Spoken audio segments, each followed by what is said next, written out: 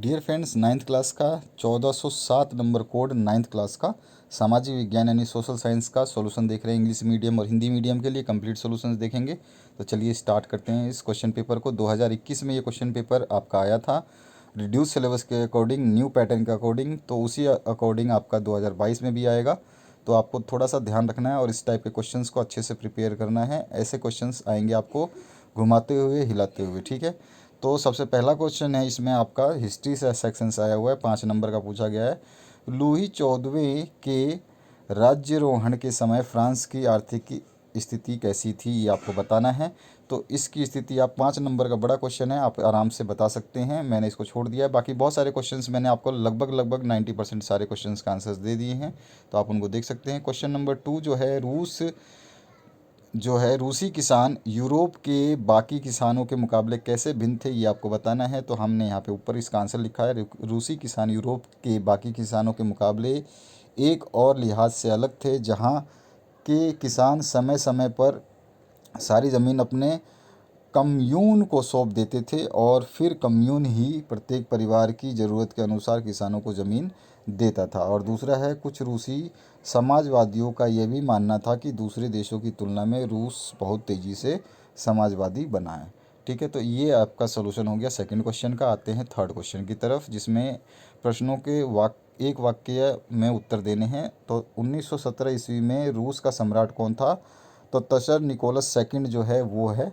इसका आंसर आप हिंदी में लिख सकते हैं। और जारीना अलेक्जेंद्रा कौन थी? तो ये वाइफ ऑफ तिसार निकोलस सेकंड की पत्नी थी। ठीक है, तो ये आप लिख देंगे। पांचवा क्वेश्चन है, कार्मिंटर्न का गठन सन 1920 ईस्वी में हुआ था।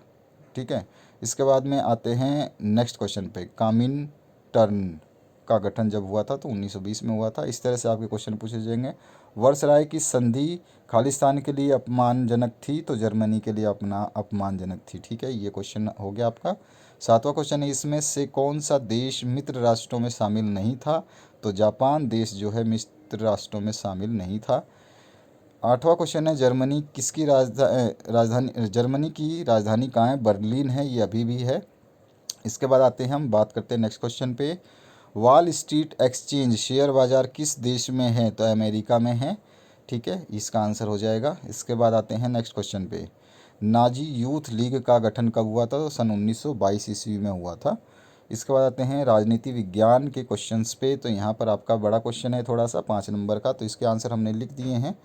फिर भी आप देख सकते हैं, जैसे कि लोकतंत्र के पक्ष में कुछ तर्क दीजिए, तो आप अपनी मर्ज़ी से दे सकते हैं। और हमने अपनी मर्ज़ी से लिखा है, आप अपनी मर्ज़ी से भी दे सकते हैं। बाकी आप इस सॉल्यूशन को देख करके कंप्लीट हिंदी मीडियम और इंग्लिश मीडियम के लिए दोनों के लिए कर दिया गया है, आप देख सकते हैं इसको।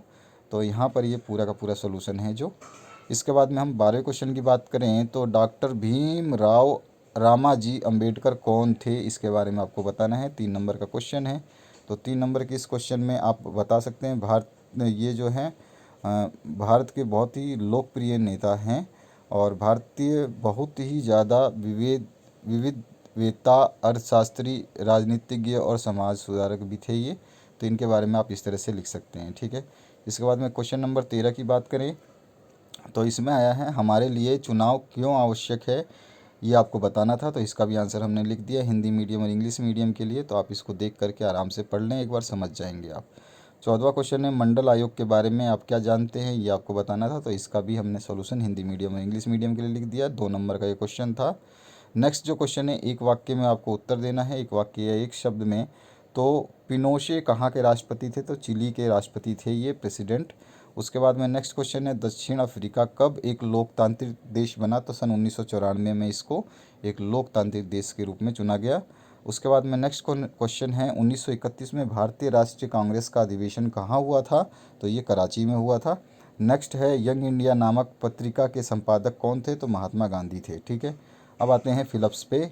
तो यहाँ पर जो है आपका फिलिप्स में 19वां क्वेश्चन पूछा गया, डैश संविधान सभा के अध्यक्ष थे? तो डॉक्टर राजेंद्र प्रसाद जो हैं वो संविधान सभा के कॉन्स्टिट्यूशन असेंबली के प्रेसिडेंट थे। हरियाणा विधानसभा में कुल खालिस्तान विधानसभा क्षेत्र हैं तो 90 विधानसभा क्षेत्र हैं। और भारत में खालिस्तान वर्ष की उम्र में ही कोई व्यक्ति वोट डालने का अधिकार प्राप्त करता है, तो 18 वर्ष की आयु है वो। आगे बढ़ते हैं नेक्स्ट हम MCQs पे। तो 22वां क्वेश्चन पूछा गया है 1977 में किस पार्टी ने लोकतंत्र बचाओ का नारा दिया था? तो जनता पार्टी ने दिया था। इसके बाद नेक्स्ट क्वेश्चन जो है 23वां, इसमें पूछा गया है भारत सरकार ने कब कार्यालय ज्ञापन आदेश जारी किया था? तो सन 1990 को 13 अगस्त को किया था।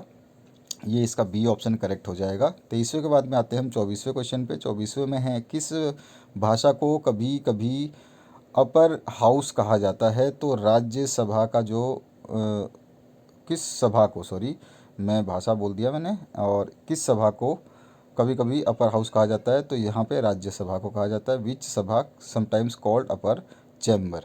इसके बाद आते हैं 25वें क्वेश्चन में। 25वां है भारत के रक्षा बलों का सुप्रीम कमांडर कौन होता है? तो राष्ट्रपति होता है, प्रेसिडेंट होता है। नेक्स्ट क्वेश्चन है आपका 26वां, भारत का सर्वोच्च न्यायालय कहाँ स्थित है? तो दिल्ली में स्थित है वो। इसके बाद में नेक्स्ट जो क्वेश्चन है इसमें पूछा गया है कर्क रेखा किस राज्य से नहीं गुजरती है? तो उड़ीसा राज्य से कर्क रेखा जो है नहीं गुजरती है। 28वां क्वेश्चन है पूर्वी घाट का सर्वोच्च शिखर जो है वो महेंद्रगिरी है, ठीक है। इसके बाद में आते हैं 29वें क्वेश्चन पे। भारत का सबसे प्राचीन भूभाग जो है प्रायद्वीपीय पठार है, ठीक है। इसके बाद में आते हैं नेक्स्ट क्वेश्चन पे। 30वां जो क्वेश्चन है इसमें पूछा गया भारत में मानसून का आगमन निम्नलिखित में से कब होता है? तो जून के प्रारंभ में, अर्ली जून में होता है। इसके बाद में 31वां क्वेश्चन है काल बैसाखी का संबंध किस राज्य से है? तो पश्चिम बंगाल से है, वेस्ट बंगाल से। इसके बाद आते हैं 32वें क्वेश्चन पे क्षेत्रफल के आधार पर भारत का सबसे बड़ा राज्य कौन सा है? तो क्षेत्रफल के आधार पर राजस्थान जो है सबसे बड़ा राज्य है। इसके बाद आते हैं नेक्स्ट क्वेश्चन पे सिनकोना के वृक्ष कितनी वर्षा वाले क्षेत्र में पाए जाते हैं? तो 100 सेंटीमीटर से अधिक वर्षा वाले क्षेत्र में इसके वृक्ष पाए जाते हैं। नेक्स्ट क्वेश्चन जो है आपका पूछा गया है उसकी बात करते हैं सुंदरवन जीवमंडल निचय कौन से राज्य में स्थित है? तो पश्चिम बंगाल में सुंदरवन वेस्ट बंगाल में है। इसके ऊपर आपका मूवी भी बना हुआ है। नेक्स्ट क्वेश्चन है 35वां, इसमें हम बात करें भारत में जीव सुरक्षा अधिनियम कब लागू किया गया था? तो सन 1972 में लागू किया गया था। नेक्स्ट क्वेश्चन है आपका 36वां। 36 क्वेश्चन में पूछा गया आपसे कर्नाटक के मानसून पूर्व वर्षा कहलाती है? तो आम्रवृष्टि उसको कहते हैं हम, ठीक है। उसके बाद में आते हैं नेक्स्ट क्वेश्चन की तरफ। स्वेज नहर कब खुली? तो सन 1869 में खुली थी, 69 में। उसके बाद में लक्षद्वीप में स्थित पक्षी अभयारण्य का नाम जो है पक्षीपीति है, ठीक है। इसके बाद में दो राज्यों के नाम लिखे जहां मानसून वन पाए जाते हैं। तो यूपी और एमपी में पाए जाते हैं, उत्तर प्रदेश और मध्य प्रदेश। भारत की सबसे बड़ी खारे पानी की झील का नाम जो है सांभर झील है। भारत के मध्य से कौन सी आकांक्ष रेखा गुजरती है? तो कर्क रेखा। आप मानचित्र देखेंगे तो उसमें से सेंटर से गुजरने वाली रेखा को कर्क रेखा या ट्रॉपिकल ऑफ कैंसर कहते हैं। नेक्स्ट क्वेश्चन जो है आपका हिमालय के 3 प्रमुख विभागों के नाम उत्तर से दक्षिण के क्रम में आपको बताने हैं। तो इसमें आंतरिक हिमालय या हिमाद्री और निम्न हिमालय या हिमाचल और बाहरी हिमालय या शिवालिक बोलते हैं। इसके बाद में 43 नंबर है जेठ धाराएं क्या हैं तथा वे किस प्रकार भारत की जलवायु को प्रभावित करती हैं? तो ये आपको बताना है। तो इस तरह से हमने इंग्लिश मीडियम और हिंदी मीडियम के लिए इसका सोल्यूशन लिखा है। आप इसको पढ़ सकते हैं, एक बार अपने आप को तैयार कर सकते हैं इस क्वेश्चन के लिए। 44वां जो क्वेश्चन है भारत के प्रमुख भू आकृति भाग कौन से हैं? हिमालय क्षेत्र की भू आकृति भाग का वर्णन करना है आपको। तो यहाँ पर जो है हिमालय पर्वत, उत्तरी मैदान, प्रायद्वीप पठार, भारतीय मरुस्थल, तटीय मैदान और द्वीप समूह आदि सारे भू आकृति भाग हैं। और इसके बारे में जो आपसे पूछा गया है हिमालय पर्वत के बारे में तो आप उसको डिस्क्राइब कर सकते हैं, ठीक है। इसके बाद आते हैं अथवा क्वेश्चन में। तो उस उष्णकटिबंधीय सदाबहार वन और पर्णपाती वनों में जो है आपको अंतर बताना है। तो सदाबहार वन यहाँ लिख दिया है, पर्णपाती वन यहाँ लिख दिया है, आप इसमें अंतर देख सकते हैं। और इसको इंग्लिश मीडियम के लिए इस तरह से टेबुलर फॉर्म में लिखा गया है जिसमें ट्रॉपिकल एवरग्रीन फॉरेस्ट और डेसिडियस फॉरेस्ट जो है यहाँ पे दिया गया है। आप इसको पूरा का पूरा पढ़ सकते हैं, लाइन वाइज एक एक डिफरेंस लिखा हुआ है। इसके आगे बढ़ते हैं अर्थशास्त्र में। तो यहाँ पर 45वां क्वेश्चन है पालमपुर गांव के निकटतम कौन सा गांव है? तो रायगंज जो है वो उसके निकटतम है। 45वें के बाद में 46 नंबर जो क्वेश्चन है पालमपुर में विभिन्न जातियों के कितने परिवार रहते हैं? तो लगभग 450, ठीक है। इसके बाद में आते हैं इनमें से कौन सा द्वितीय क्षेत्रक में शामिल है? तो विनिर्माण यानी मैन्युफैक्चरिंग जो है द्वितीय क्षेत्रक में आता है। उसके बाद में आते हैं 48वें क्वेश्चन पे 2001 में भारत में साक्षरता दर कितने प्रतिशत थी, तो 65% थी। इसके बाद में आते हैं 49 नंबर पे, प्रधानमंत्री रोजगार योजना कब प्रारंभ की गई थी, तो 1993 में की गई थी। 50वां क्वेश्चन है, पालमपुर में खेतिहर श्रमिकों की मजदूरी न्यूनतम मजदूरी से कम क्यों है, तो वहाँ पर जो है आपको मजदूरी जो है बहुत सारे मज़दूर हैं बहुत ज़्यादा, तो उनको जो है आराम से न्यूनतम मजदूरी में भी काम करने के लिए वो एक दूसरे से कंपटीशन में लगे रहते हैं। तो इस चीज़ को हमने यहाँ पे हिंदी इंग्लिश वर्जन में लिख दिया है। 51वां क्वेश्चन है, आर्थिक और गैर आर्थिक क्रियाओं में अंतर आपको बताना है। तो आर्थिक क्रियाएं और गैर आर्थिक क्रियाओं में इस तरह से आप अंतर बता सकते हैं। ठीक है, तो इंग्लिश मीडियम के लिए भी लिखा गया है, यहाँ पर आप देख सकते हैं इंग्लिश मीडियम का सॉल्यूशन जो है ये रहा।